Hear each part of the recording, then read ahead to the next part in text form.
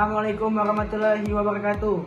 Kami kali ini akan membuat podcast Suara Kemerdekaan, episode tanya jawab seputar Proklamasi Kemerdekaan Indonesia 17 Agustus 1945. Halo semuanya, kembali lagi di Suara Kemerdekaan. Hari ini spesial karena kita akan membahas Proklamasi Kemerdekaan Indonesia 17 Agustus 1945 dengan narasumber kita. Ini ada Wendri, Dery, dan Rizky. Pada narasumber kita, yang pertama ada Wendri. Apa sih latar belakang terjadinya Proklamasi Kemerdekaan Indonesia? Jawabannya, proklamasi tidak terjadi tiba-tiba.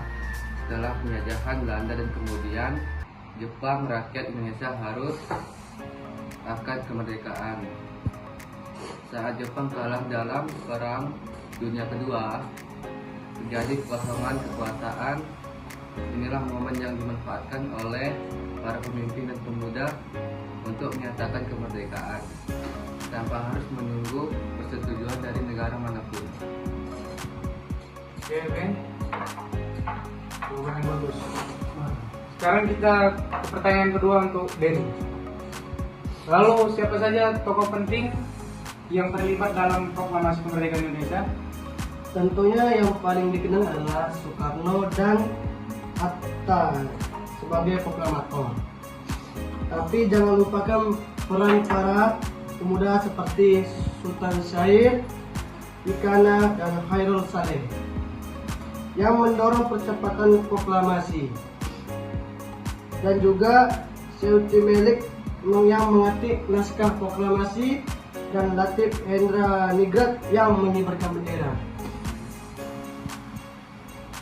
Jadi tadi siapa yang mengetik proklamasi? Itu Syauti Melik dan Latif Hendra Ningrat.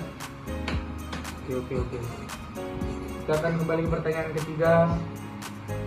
Bagaimana suasana saat proklamasi dibacakan? Sederhana namun nikmat. Pagi 17 Agustus 1945 di rumah Soekarno.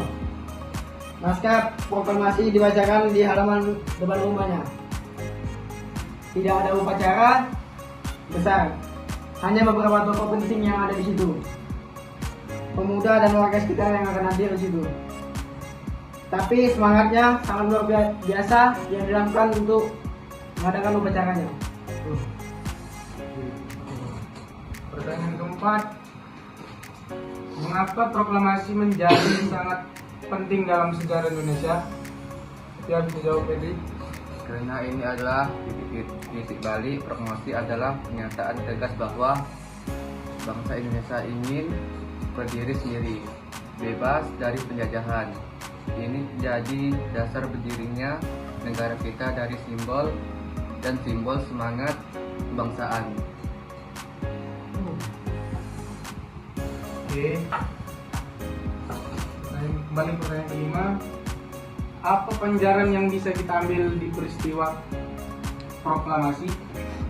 Yang kita bisa ambil bahwa kemerdekaan itu diperjuangkan dengan persatuan, keberanian, dan tekad kuat. Hari ini tugas kita adalah mengisi kemerdekaan dengan hal-hal positif, dengan belajar sungguh-sungguh, berkarya, dan menjaga keutuhan bangsa. Oke, semua sudah dijawab. Sekian, kita akan menutup podcast ini. Terima kasih narasumber kita karena sangat inspiratif buat teman-teman pendengar. Jangan lupa untuk terus mengenang dan menghargai perjuangan para pahlawan. Sampai jumpa di episode Suara Kemerdekaan. Salam Merdeka. Salam merdeka. Salam merdeka.